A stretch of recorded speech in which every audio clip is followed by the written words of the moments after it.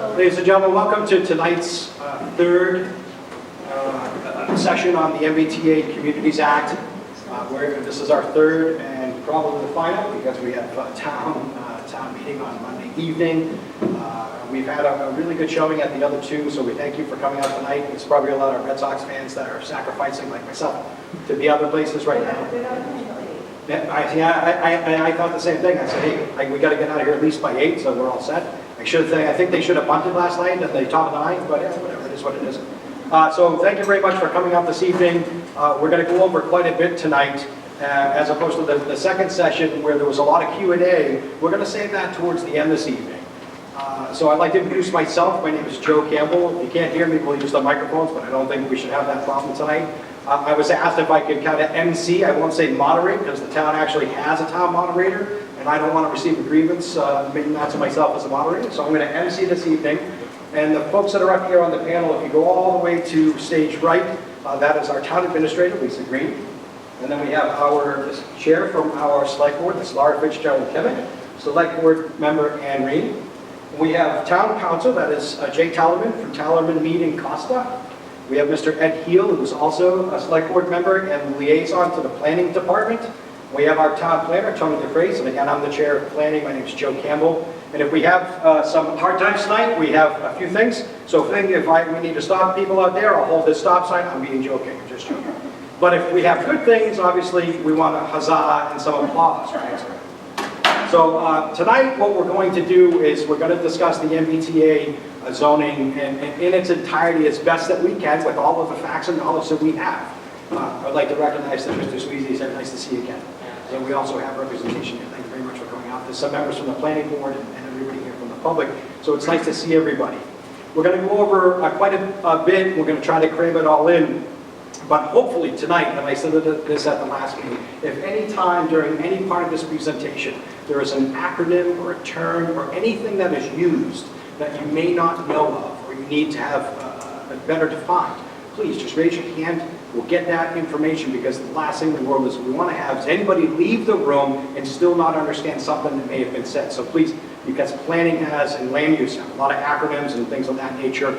And us as the area experts, when we talk about these things, we forget that where you're throwing out acronyms that we use on a daily basis. So please make sure that you do that. At the end, we're going to have a little Q&A. If you have questions, please make sure that you write them down just so you can save them more towards the end. So we're going to have a little bit of a progression tonight as far as our agenda goes. I'm going to give the panel over to the select board chair. And then after that, we're going to have a small presentation from the town planner. Then once that presentation is done, the town administrator is going to talk about some subjects. We're going to go to legal counsel for some information, and then we'll have that Q&A at the end. So without further ado, Madam Chair. Yeah, thank you.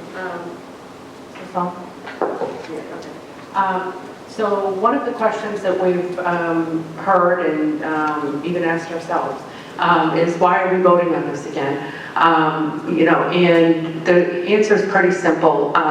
Yes, we did vote on this. At the time that we voted on it, the Milton case had still not been decided. And we also knew that there'd be some legislative initiatives, perhaps to repeal it. And we also had an unfunded mandate lawsuit that we joined with 4 other towns. And so we kind of waited for those chips to fall where they may, and none of them landed in a place that was advantageous for repealing the MBTA Community Act. I'm not going to get into too much detail because we've got our town council who's going to go into detail on those things, but those 3 things that made it really clear to us that this was not going to go away, combined with the fact that we immediately had our hands slapped as soon as we were no longer compliant and had about $750,000 worth of grants yanked back, made us say we should probably take this back to the voters again, because the landscape has changed. These facts were not known at the time that we voted for it, and if people still want to stay the course, we're here to do that if that's what the voters decide that they want to do, but they need to be armed with the facts about what that means for this town. So that's why we're here, that's why it's on the warrant. It was a unanimous vote at our select board meeting to recommend that folks vote to adopt this MBTA Community Act, and I think as we go through the agenda tonight, you'll see why. Once the facts were presented to us, it was a pretty compelling argument that the town just can't afford to fight this. So with that, I will turn it back over to you, Mr. Campbell. Wonderful. Mr. DeVries from the Town Planner Office is going to go over a small presentation, basically defining what the MBTA Community Act is, developers' responsibilities, if there was to be some building, local control versus flexibility, zoning, and reality. So, Mr. DeVries. I got to turn the game down. Let's get this back. And just for everybody's knowledge, there's a camera that's way up in the back that is live. It's recording. It's not live out on community access, but it is recording the forum. Good evening, everyone. My name is John DeVries, and I'm the town planner for Hanson. So let's talk about the MBTA. So you'll see above me on the screen is I have a small PowerPoint presentation that will present information regarding the MBTA zoning act. All the information that you'll see in this PowerPoint can be found on the state's website. I would urge anyone in the crowd or in watching to go to mass.gov, mass.gov, and in the search engine you can type in MBTA zoning, and it'll take you to a web page that will give you a slew of information, how this came about, what's the requirements, etc., etc. So a lot of the information, pretty much all the information that you'll see in this presentation comes from information that has been put out by the state. So, let me get on to the next slide.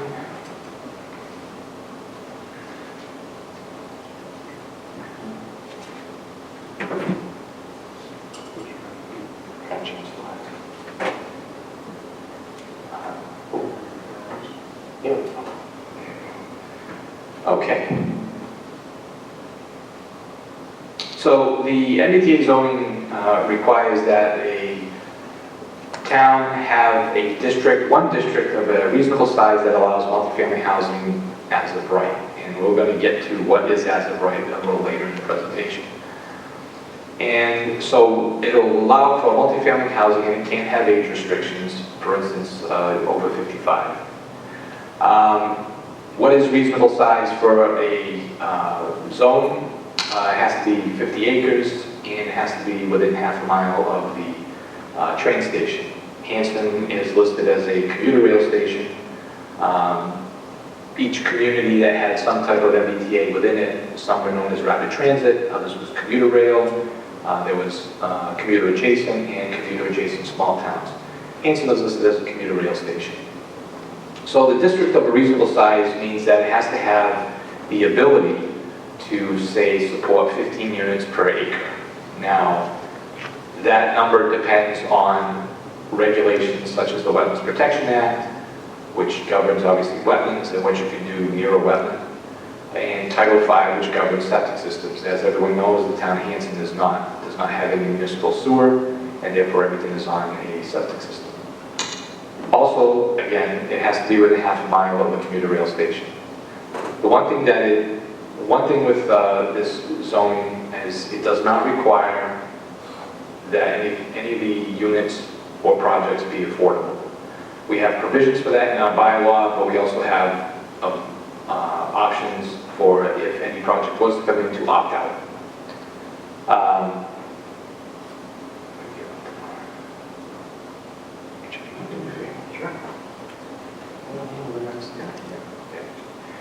So this district is an overlay district, and an overlay district means just that.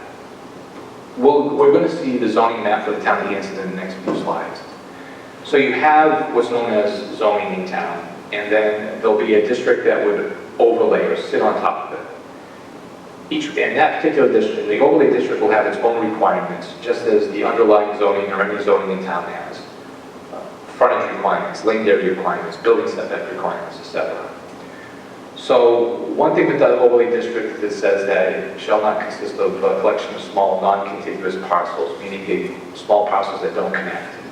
Our zone it does not have that.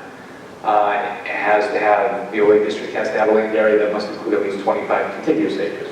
So let's say one large piece or multiple pieces that touch each other that are 25 acres, we have that. Then you get to, a lot of folks have heard the numbers of 750 units. And to give you an idea of where that came from. So the state had to have a starting point. So what they did is they said, okay, depending on what type of transit community you are, there's a percentage of your housing stock. Hanson being a commuter rail, 15% of our housing stock. They looked at the housing stock based on the 2020 census, which at the time was 3,960 units. If you multiply that times you get 15%, you're going to get 594 units. They also looked and said, okay, well, it's 50% of your housing stock or 750, whichever is greater. In this case, it's 750. Now, one thing that people need to understand is that this is not a mandate for the town to actually build anything. It only requires that the town create a zone that allows for the multifamily housing. It does not require production of new housing. It does, and there's not even an expectation that housing may be built. There may never be housing in this zone. That'll all be driven by the private sector. Okay, next slide, please. So what is allowing multi-housing as of right? So as of right means that a person would go in, or a developer or a landowner would go in and apply for a building permit. They're not going to have to go to the zoning board of appeals and apply for a special permit. For instance, the town of Hanson has what's known as a flexible overlay district, which allows for multiple units or mixed-use units, being retail on the bottom floor and residences above. That's a special permit through the zoning board of appeals. In this zone, it would be as of right, similar to what some folks made recently with the accessory dwelling units have heard as of right, means you can go in and apply for a building permit. Now, if a project was to apply for a building permit, they are still subject to what's known as site plan review through the planning board, which gives us control to look at the projects and also the regulations for the zone that we created. So in other words, this overlay district has regulations and requirements. We have frontage requirements. We have area requirements. We have setback requirements. We have building height requirements. We have parking requirements. So we've created regulations for this zone just as we have regulations for any zone in town. So the planning board would review the site plan. They would not be able to deny it because it's as of right, but they would be able to impose conditions that would be based on meeting the regulations and concerns of any abutters. Go to the next slide, please. So what you see now is our current zoning map, and you'll see that it has a lot of pretty colors on it. Each one of those colors, if you look at the bottom, would be your bottom left, you'll see those are the districts. And each one of those districts was created at some time by the town of Hanson. You have residence A, you have residence AA, commercial industrial, agricultural, business, and you'll also notice that there are hatched areas, and that's our flex overlay zone. And this, what we're creating here under the MBTA, is the same as that. It's an overlay district. The underlying zoning remains. This would sit on top of it.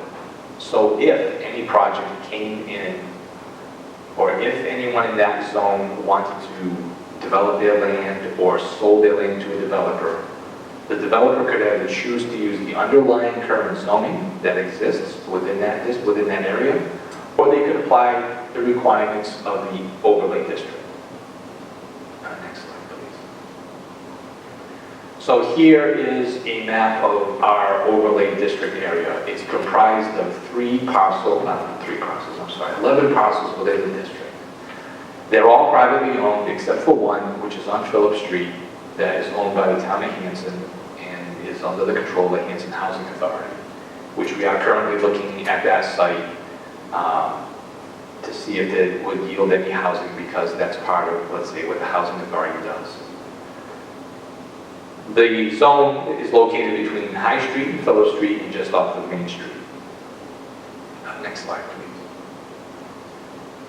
So this here is a map that shows the half-mile radius. If you look at the large red circle, that is the half-mile radius. And you'll see also a spot with the letter T, and that's where the train station is. So when we were looking at where do we sort of create this overlay district, we had to look within that half a mile. To the south of Main Street is the Great Cedar Swamp, so we cannot put it in there. If you notice from the top left down through, let's say, the bottom right, you'll see a line, and that's the railroad track. And then there's Main Street. So in between the railroad track and Main Street, to that side is areas that are under, it's land that is under conservation control, and it's also in industrial. To the north side of that track is land that also has, is wooded, but has a lot of resource area, aka wetlands. Our overlay district also has issues. It has wetlands, and you have to deal with soil conditions. So it also has its own challenges. So every site that's within there has its own challenges. Next slide, please. So this next map is, it's a bit busy. But again, if you see the red circle, you'll see that's the half a mile, and it gets kind of lost in some of the overlays. There's the different zoning districts, and you'll see areas that have what look like little plant symbols. And all those areas are resource areas or wetland areas taken off the GIS. And I can tell you that GIS may show these wetland areas, they're always bigger. They're always larger than what you see on GIS. So the parcels within these districts, within this overlay district, has these constraints that any type of project that was to be proposed in that area would have to address. Next slide, please. So what the Commonwealth was looking as far as housing is, you'll see at the far left is single families, and at the far right is large apartment buildings. They're not looking for that. They're looking for what they call the missing middle. What does that include? It includes duplexes, it includes fourplexes, courtyard type of buildings, cottage, court style. It looks at a multiplex. It also looks at triple deckers. And if there's anyone here in the crowd that's grown up in a city, you may have grown up in a triple decker. I did in the city that I lived in. It was a triple decker, and my entire neighborhood was all triple deckers. So they're looking for this, what they call the missing middle. Something more than single families, but not these giant apartment buildings. Excellent. So, some important clarifications under this is the guidelines do not require that multi-housing be built. It would not require it to be for the town to build it. We're not required to build it. It's strictly going to be done by the private sector, if they choose to do so. It does not compel communities to design or pay for any infrastructure. We are not required to provide additional water. We don't have sewers, so that's not the case, but we do not have to provide any additional water. Also, it does not supersede the Wetlands Protection Act or Title V. Any project that might be proposed in that area has to comply with those regulations, and any of the regulations that the town of Hanson made. Title V governs the septic systems. Next slide, please. So, determination of compliance.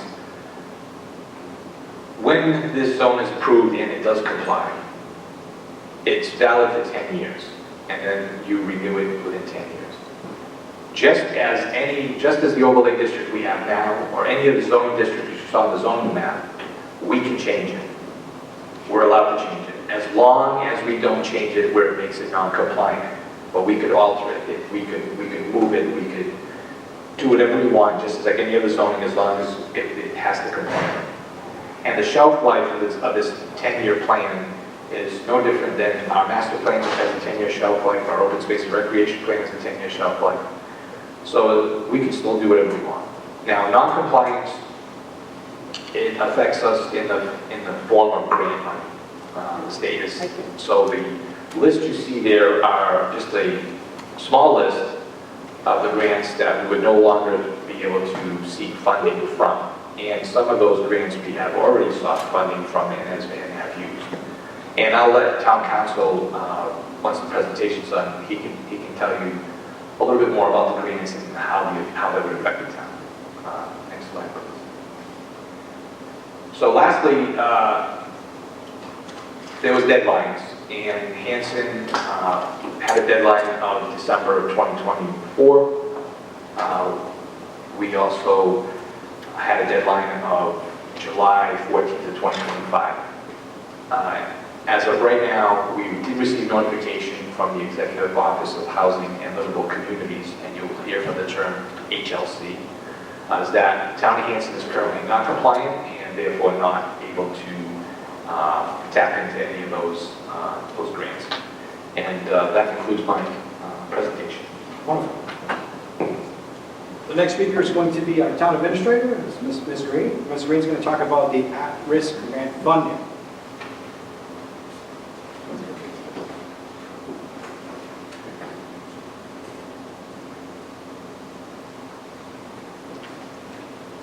It's a disgusting video. Hi, good evening, everybody. Lisa Green, Town Administrator. We have a handout that is available outside. If you all want to pick it up, it's the black email. It says what Hanson stands to lose. What Hanson does stand to lose if we do not comply with the MBTA Communities Act. First of all, ineligibility. So Hanson has successfully used state grants to support economic development, public safety, seniors, infrastructure, and planning type grants. Non-compliance means we will no longer be eligible for these vital programs. And I happen to know that since I've come to Hanson, I've worked very hard with our town planner, the two of us together, to apply for and receive many different types of grants for Hanson to achieve many different projects. So the grants that we have used, we will lose access to, which would be the Community One Stop for Growth, which is a centralized gateway for multiple state grants, which includes Brownfields Redevelopment Fund. We all know Hawks Ave. We've been fortunate enough to use some grants for assessment, for cleanup at that site, but we won't be able to continue with the next phase as we will be ineligible for any further grants for that project, that property. Readiness Program, which is a pre-development work for economic growth, where there are some town-owned properties that we can prepare for siting needs. We do all the work for the permits. We do the borings, we do surveys. Town planner has done a couple of grants, and what does make that property almost shovel ready for a developer to come in and do something for economic, industrial, things like that. So we will no longer be eligible for any of those types of grants. And those are $70,000 to $90,000 grants, not small potatoes. Underutilized properties program, revitalization of vacant buildings and parcels. Again, we have looked at the Plymouth County Hospital building. We looked at Hawks Ave for exactly this type of grant. We will no longer be eligible to even apply for those. Local revitalization support, which is technical assistance and small grants for improving community spaces and commercial corridors. We've used some of these small grants for some playgrounds in the area, small little seating areas in parks, circuit trail, we've used some of these small grants for. So again, no longer eligible for these very small projects. Municipal capacity building grants. This is where the big money comes in. Planning and staffing for police, fire, and municipal departments. We do know library is one that is now included with this as well. No longer eligible for those type of grants that help either renovate or build new buildings. And that's in the millions of dollars. Local capital project funds. So funds for roads, bridges, and public buildings. The roads is a big one. This is money that we use to fix our roads. Again, no longer eligible. And that, it could be anywhere from $600,000 to $800,000. Huge loss. Means if you have a pothole in the road, you might have to straddle it for a little while because we're not going to have the money to fix it. Community planning grants, again, supports the zoning land use and housing related planning. Complete Streets program, which improves pedestrian, bike, and transit-friendly street designs.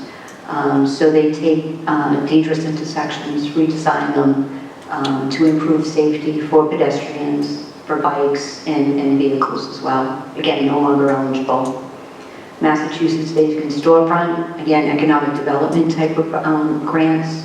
Municipal vulnerability preparedness. We all know the weather gets crazier every year. Flooding, windstorms have huge impacts in communities. These type of grants help with communities become climate resilient and plan hazard mitigation projects for, again, weather related, no longer eligible. We're on our own for that. Massachusetts Building Authority, which is competitive funding for schools construction and renovation. And again, the Massachusetts Board of Library Commissioners, MBTA, construction and/or renovation grants for public libraries. And you know what it means for Hanson, there'll be no funding for police station. One would be we applied for Green Communities.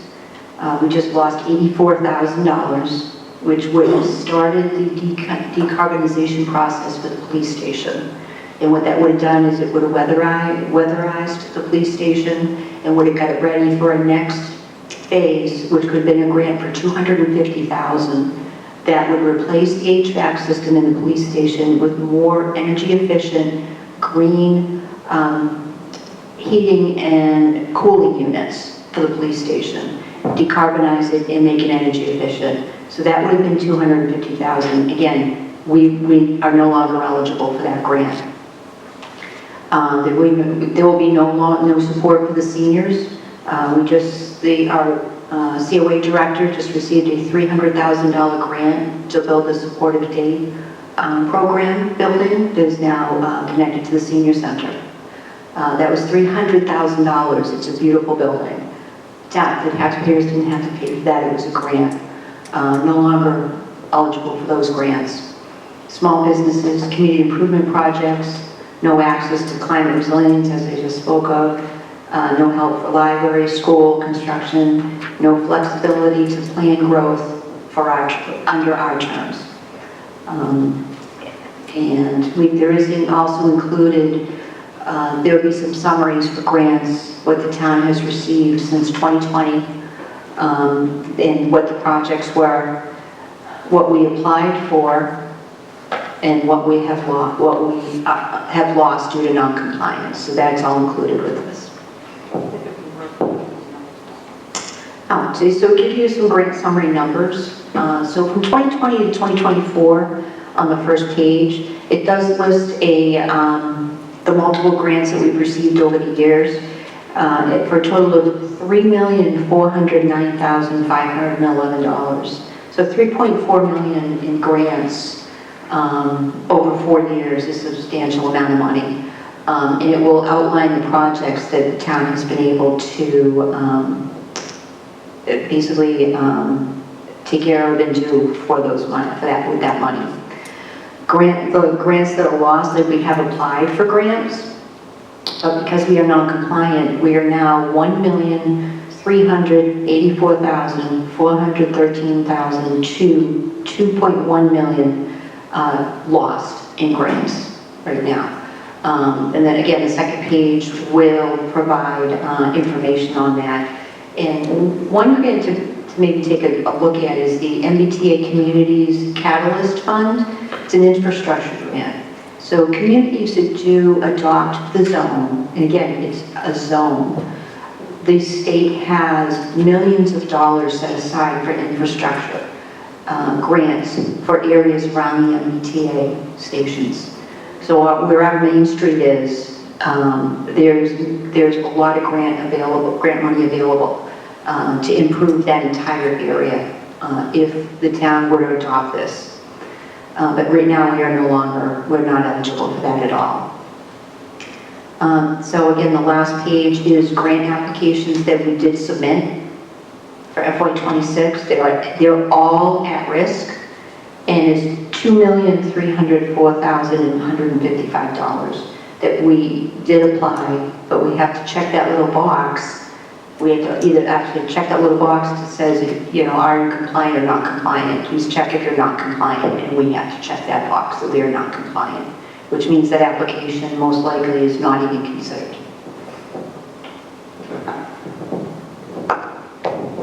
Thank you. Moving on, we're going to have comments from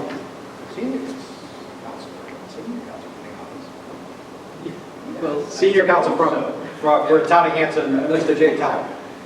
Okay. And if you could, sir, could you comment on things such as why is this coming back legally, the process for that?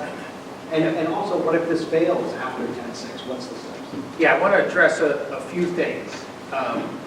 First, on this last point, and also what Tony referenced to, there are 13 named grants that we are automatically not allowed to receive under the program. But that's not the only grants that are going to be affected. In addition to those grants which we can't even apply for, there are other grants that are competitive, where they are literally putting a box to check, and that box says, have you adopted 3A zoning? And if you didn't, then you're not going to get those grants either. So essentially, the administration has said all discretionary grants, not required grants like school funding for your school assessments, but other discretionary grants. That could include, we are concerned, MSBA grants. MSBA grants are grants that the Commonwealth gives us to help support new school building construction. Those are worth tens of millions of dollars a pop. That is a big hit. Towns cannot afford to build schools without an MSBA grant. It's a non-starter in most towns. Tens of millions of dollars. Those are going to be off limits for towns that don't comply. Okay, why are we here again, or how can we be here again? There is a Massachusetts law that says if you try and adopt zoning and it fails, you have to wait 2 years before you can bring it back. It has not been 2 years since we had this last before the town meeting. However, there is an unless clause in that statute that says you can't bring it back in 2 years unless the planning board recommends it for consideration by the town meeting again. The planning board has had a hearing on the bylaw again.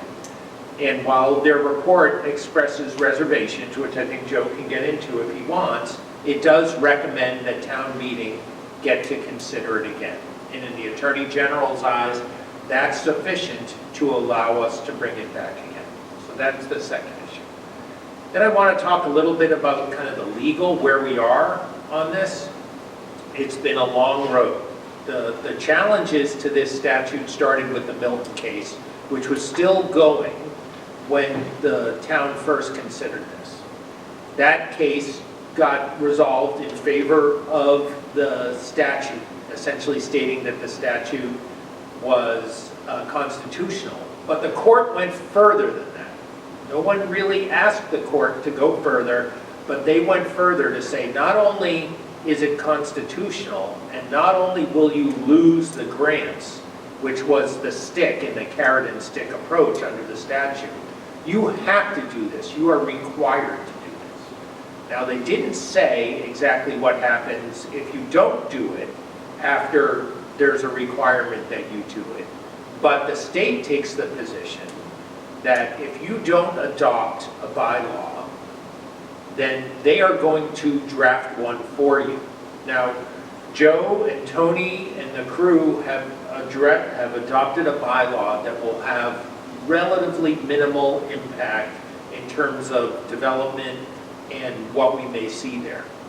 If the state, through the Executive Office of Housing and Livable Communities, what we call HLC or EOHLC, decides that they're going to draft a bylaw, I can guarantee you that it's not going to be this district.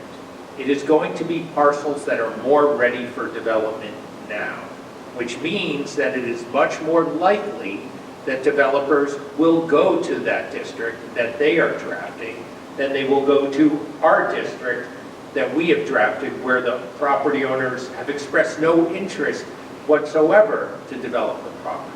So that's a reality of where we are with respect to what happened in the Milton case. After the Milton case, a few towns petitioned the state auditor's office to say that this is an unfunded mandate. Towns have questioned whether various statutes over the years are unfunded mandates for decades and decades. There's even a federal version of the unfunded mandate statute. Towns constantly try and do this. We always feel that the state is requiring us to do things that we're not getting money for. 3 of those towns that requested a determination by the auditor got a determination, and the auditor sided with the towns, saying it was an unfunded mandate.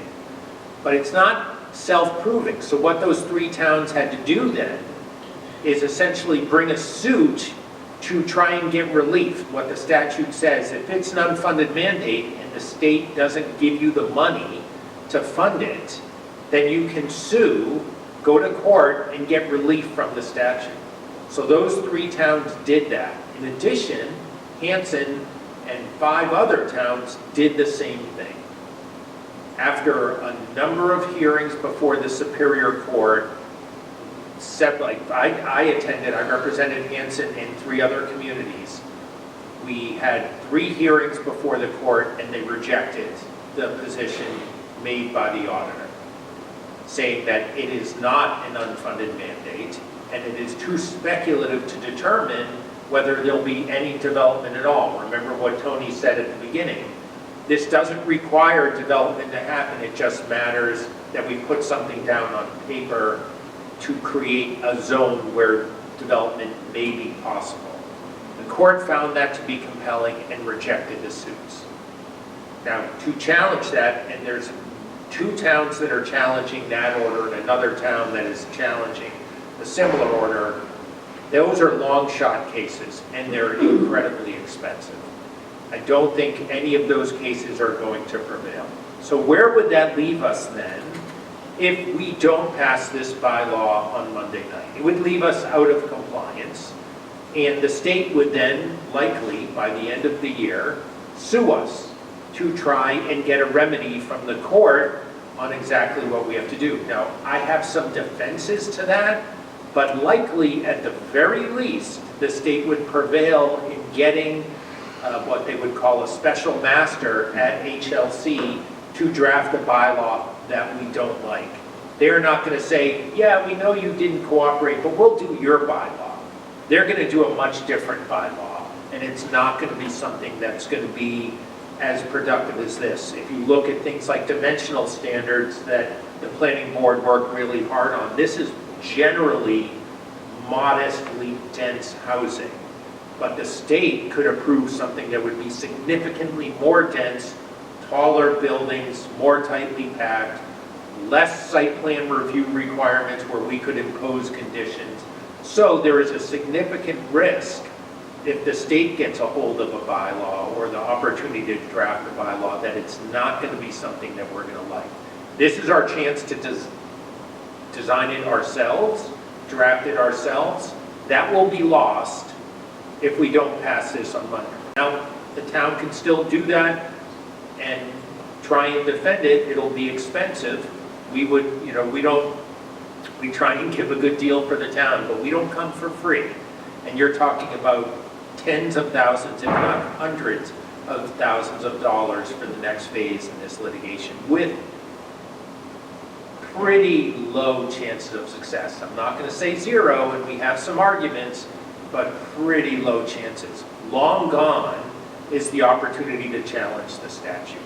All we would be left with is to challenge what the state is trying to force down our throats. That would be all that would be left. We can't get relief from the statute.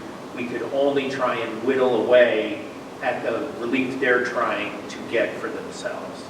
So that's kind of the legal landscape where we find ourselves now. It's not a pretty one. I'm not going to say we wouldn't fight like crazy for the town if the town meeting chose to fund it, and that's the article right after the 3A zoning.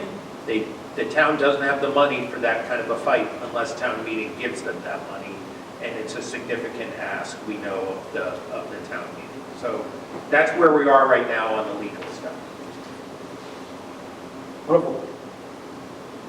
So I would like to have an opportunity for anybody that has any questions, to be able to ask anything, any clarifiers. The only thing that we ask that we stay away from is the misinformation that's going on out there with social media. This is the place that you come get the facts, and we have all of the experts that are here. So there is quite a bit out there, not only within the town itself, but statewide. And we couldn't agree more about the need and the reasons for that fight. But this particular moment on Monday evening, it's in full agreement with many people that this is not the time or opportunity to try to get that fight happening at town meeting.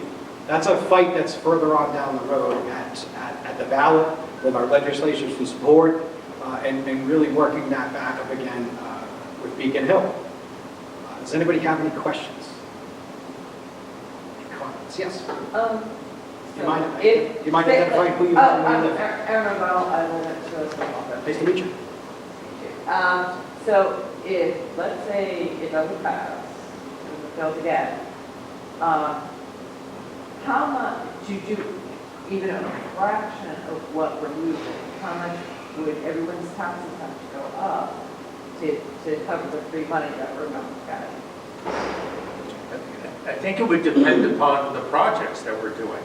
If we were, for example, wanted to do a school project, a lot. Like if it was $100 million, school projects approach $100 million now. If the state reimbursement is 30, 40% of that, you're talking about, 30, 40 million dollars. Excuse me, Jay, it could also affect library projects? It could affect any grant, any grant. So there are small grants and there are big grants, but $100,000 for a library grant, an infrastructure grant, an intersection grant, if the town meeting wanted that. Chapter 90 money, how much do we get annually right now? We get about 3 to 400,000. So that's your roads. That's a primary portion of our funds for doing roads.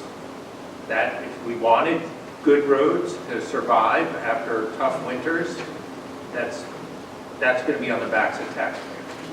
Yeah, I guess I would say maybe your taxes won't increase, but we won't be doing anything extra at all. I'm on the Economic Development Committee with Mr. DeFrias, who has submitted a lot of grants for economic development because we always hear from people who want our taxes, obviously people want them to go down, but that's not going to happen. But they want them to stay as low as possible. And the only way we can do that is to try to incentivize companies to come here and to grow the businesses. So the Economic Development Committee has been working on getting grants. For instance, Mr. DeFrias got 2 grants for 2 properties that the town owns in the industrial park. And one of the things we're doing is getting all the permitting done. So if we want to lease it to somebody who's going to build, we'd have some income from that. Or if we want to sell it, but these are grants we won't even have access to. So effectively, like the Energy Committee and the Economic Development Committee, we might as well just fold them because there's nothing we can do without grant money. There's like, one of the other things that Mr. DeVries has worked on was getting some money for grants to improve the sidewalks going to the MBTA community, to the MBTA, because people have told us they feel like they're playing chicken when they try to walk down to the MBTA. Like, that's not money that would ever be in our budget, ever. So we would either have to cut other parts of the budget, or would have to increase the taxes, or it wouldn't get done. So those are the choices we basically would have. The town planner brings up a good point about Chapter 90 funds. So some of the facts and figures that came in, I asked the highway supervisor.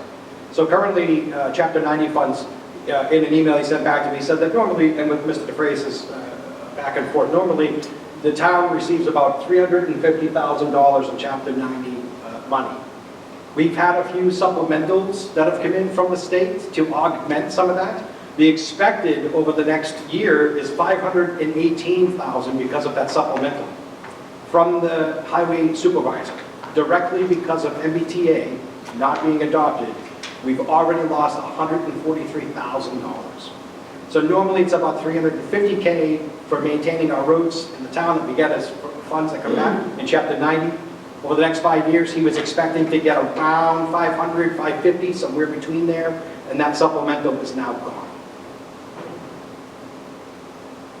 That supplemental comes from what was known as the millionaire's tax, which Andy is strictly for infrastructure and education.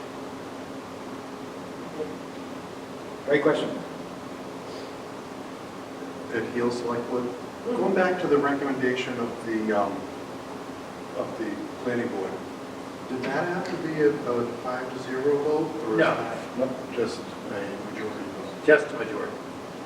That's where the confusion is coming in. Because it's, There's only confusion from a couple of people, and have literally gone over this 5 times, and we've gone back to town council like 3 times. Yeah, and I don't mind clarifying that once again. The original vote on MBTA communities took place 2 years ago, and the planning board, as we do, we represent the citizens of the town of Hanson. We also are our own citizens ourselves, so, but as a planning board, with a previous different markup, there was an election since then, we have a new member. The previous planning board voted to not recommend MBTA zoning because the constituents in the town of Hanson absolutely spoke right up, and we go right along with everybody that this is an unfunded mandate. This is a push from the State House without having proper knowledge of the layout of this wonderful town that we live in. Since that, there were 5 different entities that could have brought this back forward again. That would have been Citizens Petition, Zoning Board of Appeals, the Planning Board itself, a regional planning, which is OCPC, they're out of Brockton, OCPC, or the Select Board. And it was asked by the Select Board for the planning to look at this again and make a recommendation about where this should go. In conjunction with the Select Board, the Planning Board and the Select Board both feel that because there's been so much change, that this is something that neither board would ever vote on without bringing it back to the citizens of the town. There is no zoning change that the Planning Board would ever adopt without bringing it to the Select, or without bringing it to the town meeting. The most recent vote, we had the first vote that was taken was a vote of no action. The Planning Board voted 3, 1, and 1. There was a Planning Board member that wasn't there at the time. We've since had guidance from council, and it was vetted about the repetitive petition, that it had to have some kind of action. We couldn't just leave it alone. So the second vote that was taken just a few weeks ago was a 4-0-1. Again, we had a planning board member that was absent when they made the vote. It was 4-0-1, but that vote was so that the board recommended to the select board to move it to town meeting, which is coming up on October 6th. Never has this town of Hanson's planning board in the past 5 years or 4 years that it's been going on ever voted in favor of MBTA zoning. We don't believe in it. We listen to the town citizens. But there are ways that these things can return, and that's exactly what we're experiencing now. especially with this go-around, because of what is so vital to the town's survivability. We'll say that, it's a survivability. Because many towns in the Commonwealth are dependent on grants that come down from the state. Would it be wonderful that we didn't have to be that way? And that the true veteran community that Hanson is completely self-funded? That would be wonderful. It just doesn't exist. It's not that way. We have seen the different tick marks along a timeline. I myself personally, I was watching for a few different things. The first thing I was watching for was whether or not the MBTA zoning would show up on applications that the town planner, the town administrator, or anybody else filing for a grant, that they would show up on those forms. About a year and a half ago, the town planner informed me that he got a form, and in the bottom right corner of the form it said, "Is the town of Hanson MBTA compliant?" That was the first time. That was the first strike. The second strike would have been just how bad or how much of a push for me personally is the state looking for this to happen. Can we fight back as a town and say, come look at Hanson and see our town and the difficulties, some of the difficulties that this would put onto our town. The state became very hungry. I was invited to a Zoom meeting with members of not only the town representation, but the Attorney General's office. And we heard during that meeting just how hungry the State Department is, the legislation, the State House is in regards to MBTA zoning. And then the third thing that I personally look for is something that I try to talk about quite often. And that is that Hanson, the only way that Hanson could survive is if Hanson sticks together. We should always be one Hanson. And at the last town meeting, there was an article on the town meeting warrant to support putting finances into a fund to be able to sponsor litigation. And that was completely turned down. In my mind, I saw those 3 strikes. So now at this point, I've changed my own personal feelings. And I see this as a fight at the ballot or other means on the other side of our town meeting. Because if I personally wholeheartedly subscribe to the fact that this is a detriment to the town of Hanson. Now, conferring with council just the other evening at one of our other forums, it used to be that there were 20 towns, 40 towns, 60 towns of the 177. Now there is less than 12. With all of the ongoings, is the state going to take an opportunity to make Hanson the poster child for non-conformance to this? I absolutely hope not, because I hope that we're smart about it, and I would hate to see that happen. Would they have the opportunity? Absolutely, because they know from the last town meeting, we don't have funds to litigate. We're not interested in doing that. So those are my personal aspects of this. Do I like any of this? Absolutely not. I absolutely cannot stand any of it. I think that is an overreach. Sorry. That's where we came to. That's how the planning board went for its votes. I just wanted to say one thing. Then I'm very disappointed that the founts of misinformation all over social media are not here. Not once did they come and listen to these facts.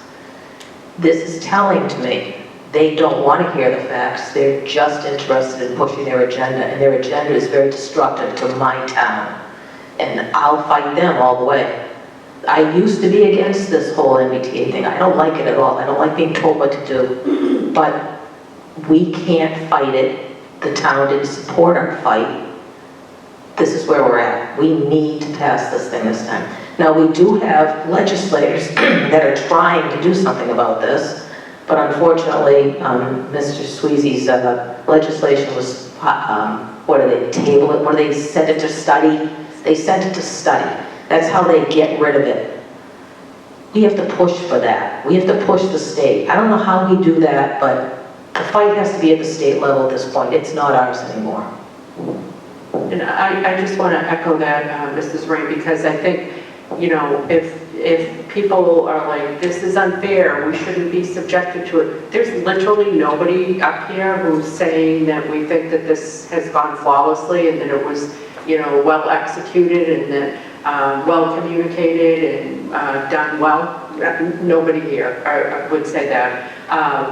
But we're at a point where we are on a shrinking island of 12 towns that have not complied, and some of the other towns are already either bringing it to town meeting or currently in negotiations with the Attorney General on what their next step is.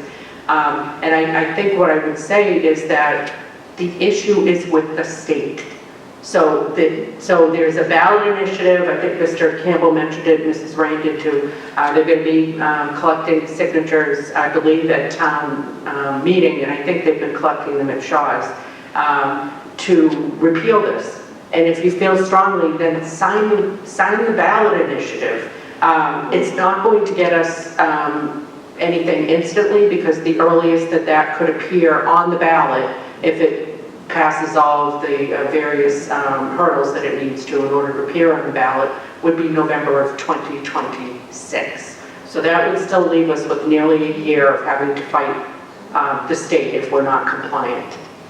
So to vote no at town meeting is like shooting ourselves in the foot and calling in and really causing all kinds of financial ruin for the town, but it's not going to send a message to the state, because the state already has over 150 some odd towns that have adopted it. It's the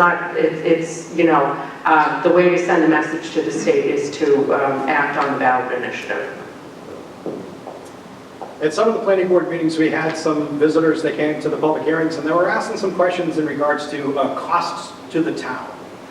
It's very difficult to try to put a tangible number on what if something was built. It's completely different, because it's very difficult, because you don't know until you have some things that are built to be able to do a stare and compare. If anybody's been down Main Street in South Hanson, you've seen two buildings that have gone up recently. They're built wonderful buildings. Mr. DeFrace was talking about them just a while ago. They're mixed-use buildings. So that means they're commercial buildings on the first floor, second and third floor, they're residential buildings.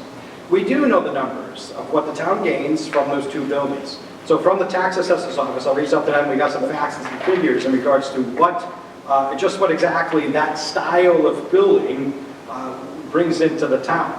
Between the two buildings themselves, they bring in $57,500, $57,800 each. So they're bringing in roughly $115,000 in tax revenue that comes into the town. What is the composition of those two buildings is there are 26 apartments in one of the buildings, and there's 22 apartments in the other building. When those projects were going through the litmus test of going through to be able to be developed within the town, and they went through all the different boards, the comments from planning, they went through the water department, they went through the zoning board of appeals, they went through the board of health, they went through the conservation. When they went through all of those departments to have care, concern, any questions from anybody in the town, there was no department that said that our town could not support that style of building. One of those being that the water department. You would think that if we weren't able to have water at any of our projects that we have in town, the water department would be the first ones there to say that we don't have the capacity to do that. That has not happened with any of the larger structures. It didn't happen recently with a subdivision that was approved, comprehensive approval from the planning board on County Road. So any of the information that's out there saying that the town couldn't support a building, it's correct. The town of Hanson couldn't support large-scale development. We will never see that. I put my name on the never in the last forum, and I'll say it again.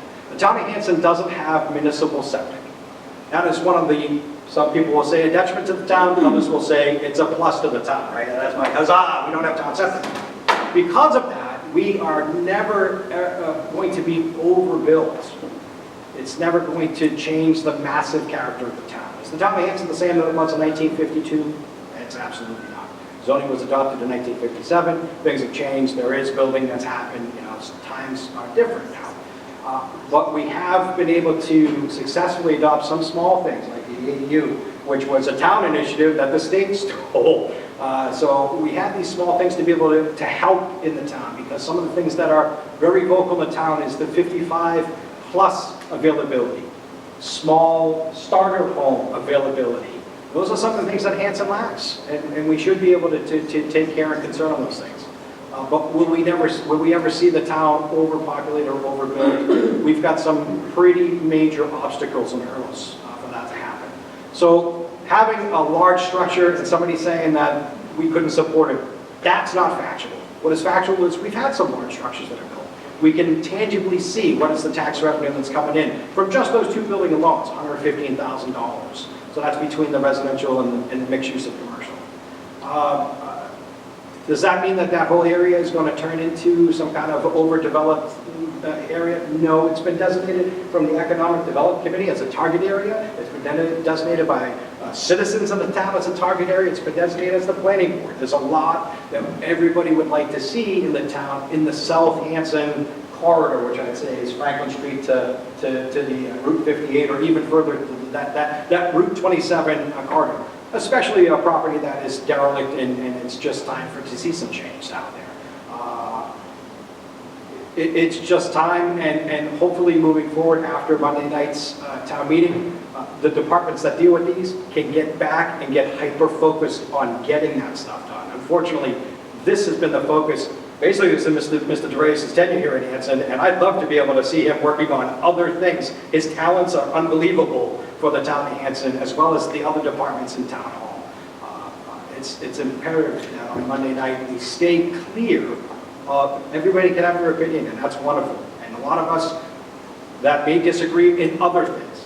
I can't wait to sign that petition to be able to bring this back up to the Senate. I can't wait to support our representation to be able to bring this back. I would love to be at the State House as a representative with other town of Hanson citizens holding our Hanson sign to show we're here to support. But right now, as it stands, if this truly doesn't pass on Monday, it's going to be a very, very difficult time. Mr. Kemp. This question is probably for town council. I'm trying to get a sense of what he thinks it would cost. And I know it's a difficult thing to do because you don't know what you don't know.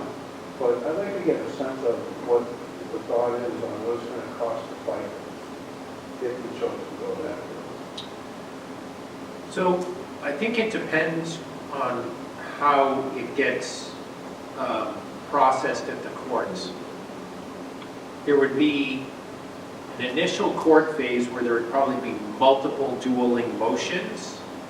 Though that's in the neighborhood of $30,000, $40,000, $50,000 just to get through that, all the research, all the drafting, the attendance at things, the negotiations, the discussions. If there were still factual discrepancies at the end of that and proceeded to a trial, then it gets really expensive, and we're into six figures there. Trials are expensive. We have experts. We do things. I don't know what the state would claim, so I don't know if it would reach a trial. If we're unsuccessful in Superior Court, which would be the court they would file in, or if they're unsuccessful, there would be an appeal to the appellate court or the Supreme Judicial Court. There's no evidentiary hearings there, but the briefing there is very intense. And you're talking about another $30,000 to $50,000 just to do a lengthy brief, prepare for it. That's high stakes argument there. So on the low side, we could be just under $100,000. On the high side, where every bit of the 275 that is in that Warren article, the last article of the warrant. So we could potentially have to revisit that amount if things don't go as well as we'd like. So the 275 is, I guess, a guesstimate. It's a guesstimate. I'm guardedly optimistic that we could do all the litigation we had to under that amount, but it's still six figures worth of legal fees regardless. That's a big number because our entire legal budget for the town annually is just north of $100,000. So this would be essentially the equivalent of your entire annual legal budget on top of your annual legal budget, because we still have to do other stuff for the town.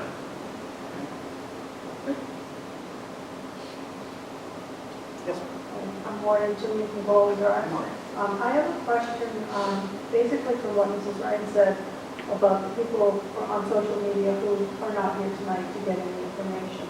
So at town meeting, are you going to be doing some type of a presentation so that people will have that information?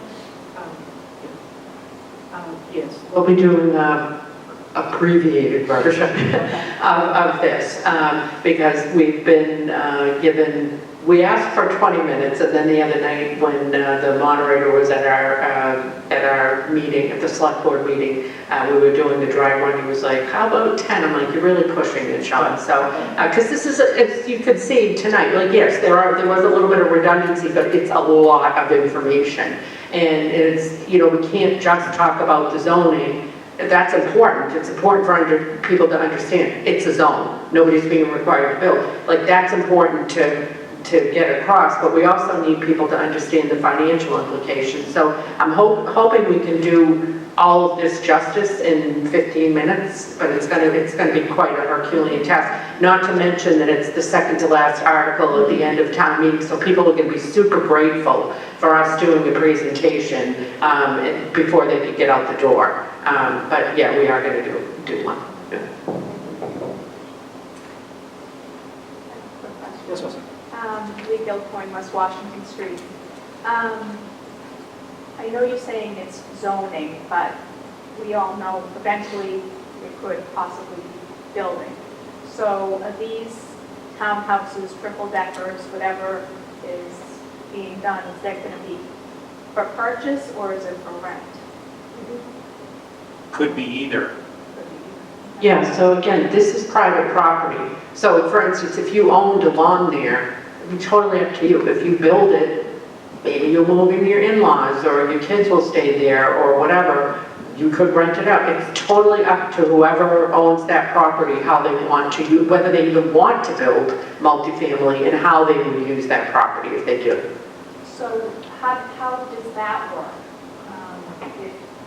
If we're creating this zone and somebody owns the property, how is that like part of the zone that is being applied? That just provides the landowner options.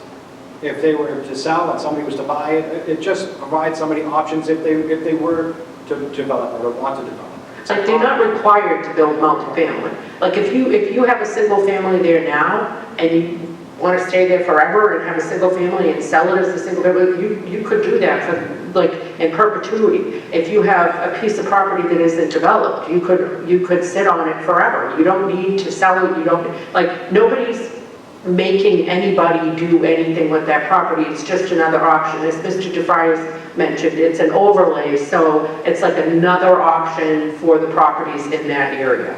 So the zoning underneath it, under the overlay, you could still do everything that you could do today, but now you could also do what is allowed here.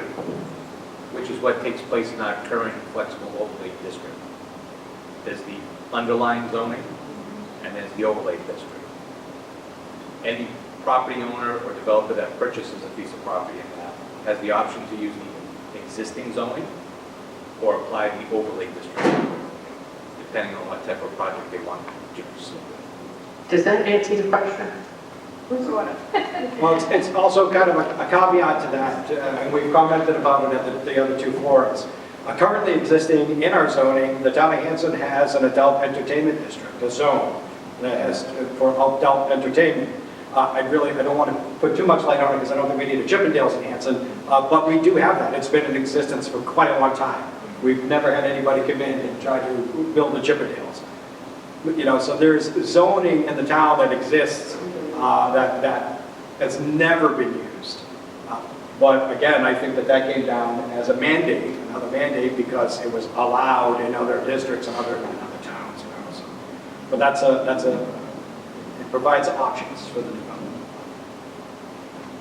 If I remember correctly, when that zone came in, it was either we had to place the zone where we wanted it, or the state was going to do the same thing. Correct. We had They had to place it where they wanted to, so we decided it was better to put it in the industrial. We had local control. Than next to McDonald's or next to, in that school. But So we had control. if this zone area that we have, if you're looking at the map, the wetlands map, how can things be built in that area? That's a great point. So to my comment earlier about some of the best benefits of Hanson or some of the worst benefits or worst detriments to this kind of build. There was no requirement from the state that said to the town planner, not only do you need to create the zone, but you also have to make sure that it's buildable. That never came down. And that just goes to show, and council commented on this, that just goes to show that at that upper echelon, just how ill-informed those making the decisions to pass this legislation down, it was painted with giant strokes. I wouldn't say broad, it was giant, because of the 177 communities, they're all individually have their own intricacies. Some of the towns didn't have to do a single thing except for adopt the zone because the structures were already there. So they just did the circle and that was that, and they're all set and good to go. So that painting this with broad strokes, that was never a requirement, was to be able to make it buildable per the new zoning requirement. It was never part of it. As far as it being buildable, it has already been buildable for many, many years because of the zone that's layered on top of it or underneath it, whatever you want to call it. And we've never had, besides single-family homes, there's never been any request.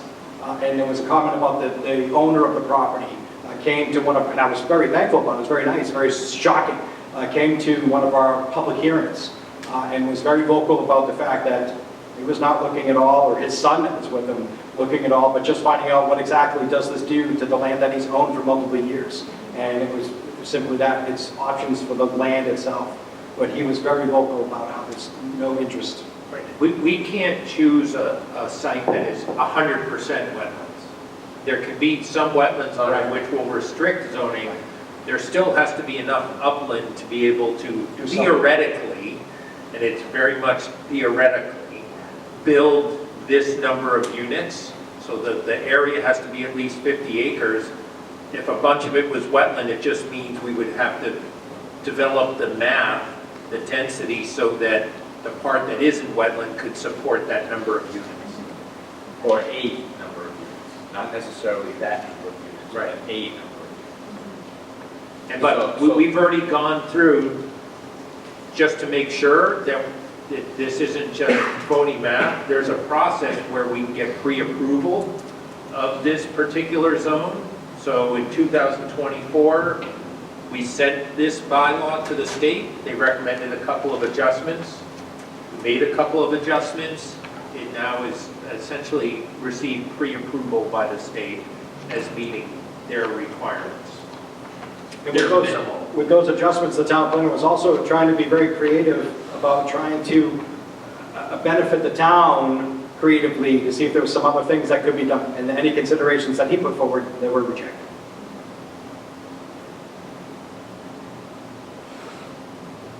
So, sorry, another question. So what happens if I know a few people on High Street, what happens if no one on High Street wants to build properties on their land? So they don't have to? No, again. We're still complying with Right. saying there's Yeah. a possibility even though there isn't. The compliance is not to build. The compliance is to just put a zone there. But nobody has to build there. Nobody's being made to, like, again, if you own a property on High Street or any other part of this, it's your property. The town's not going to do anything with that property, and the state isn't making people do anything with that property. If you're a private property owner and you retain those rights and you can choose, again, you might look at it as like, wow, this is great, I can build a multi-family. And you might say, that's absolutely not for me, I never want it, I don't want to have anything to do with it. Or you might say, this is great. My property value, I feel like, just went up in that, because somebody might buy it who wants to do it, and I'm going to move away because I don't want to be in that zone. Whatever, but you can do whatever you want to do. And back to the wetlands, people can still build in that area, but they're going to have to go before conservation, and they're going to have to meet those wetlands regulations. They can't just build on top of wetlands because it's the MBTA zone. And I've been on planning for 10 years, and I'm still trying to wrap my head around. And I understand some of it now, but there's a difference between wetlands and land that is wet. There's a big difference between those two things, right? One of them is legal, and the other one is, it's in my opinion. But there's the whole legal stuff, but there's a big difference between that to be able to make sure that people understand that. There's a big, big difference between actually wetlands and land that's wet. Hanson has a lot of land that's wet. if I may, try and break it down to like really basic.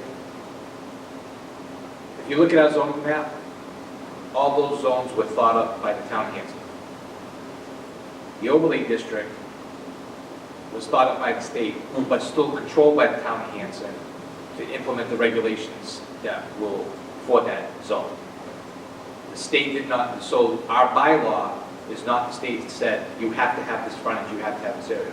We did that with help from council and consultants through grant. And citizen input during the public hearing. Yeah. But, so that's the thing is, they came up with the idea. Now, I use this term very loosely, like loose like a storm door in an F5 tornado. Please do this, is what we'd like you to do. You know? It's a zone. It's an overlay district, like anything that we have. We're still controlling it. We have the regulations that control it. Obviously, they gave us the requirement, the mandate, whatever you want to call it. But they are not the ones who wrote the bylaw yet. Okay? The other compliance becomes the issue. The other thing that you heard, I think it was Tony or Joe mentioned before, that we can do site plan review. We can't require special permits for most of the developments there, but site plan review is still a pretty valuable tool because we can impose, we can't say no to development, but we can shape it with dozens and dozens of conditions about what we don't like about the project, provided that those conditions essentially are not a poison pill. So, but the site plan review process is an opportunity for us to take that proposal and make it better. So if someone comes in, even if it meets the letter of the bylaw, we can still say, we'd like you to change things. We want more landscaping there. We would like you to move some of the bigger units further back from the road. There are things that we can do to make a project better than what it came in as. So we're not losing that power. We lose a lot of power here, but we're not losing that power. And forwarding over from the last four, that brings up strong zoning board of appeals, strong planning board, strong land use departments. Having all of that involvement, prior to this, I'm sure there's probably more than half the town that didn't know at all what the planning board did, or so it's nice. It is the silver lining to all this is it's nice to see how much engagement that the town has had because of this one thing. And absolutely from my heart of hearts, it's nice to see the town not be red or blue or unenrolled, or because this is a town issue. It really is nice to see that. It's nice to see citizen talking with citizen, talking with a representation, talking with town hall, and getting engaged. It's beautiful to see that. Out of all the silver lining that I could possibly point out, I can't be more thankful about the fact that that's happened. Yes, I was chatting a year ago with somebody that lived in Hanson in 1962, come to find out they live in Tennessee, and they were still just spouting off about it. That's what you get on social media. It's turning into a cesspool now, so that's wonderful. And again, anyone can go onto the mass.gov, mass.gov.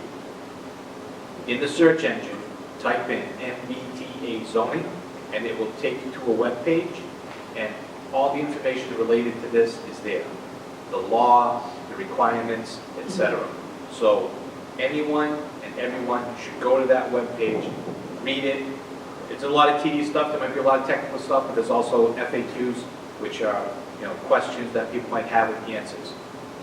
And they can go there, they can read it, they can see all the information, and they can make their own judgment.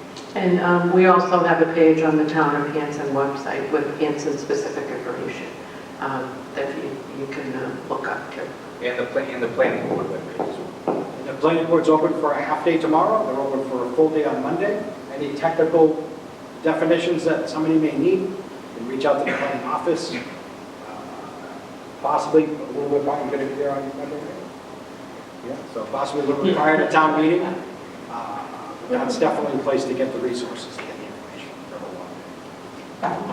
I'll make it up. Well, we want to thank everybody for coming. In particular, we'd also like to acknowledge Rep. Sweezy for coming, and we appreciate the good fight that you tried to fight on behalf of us.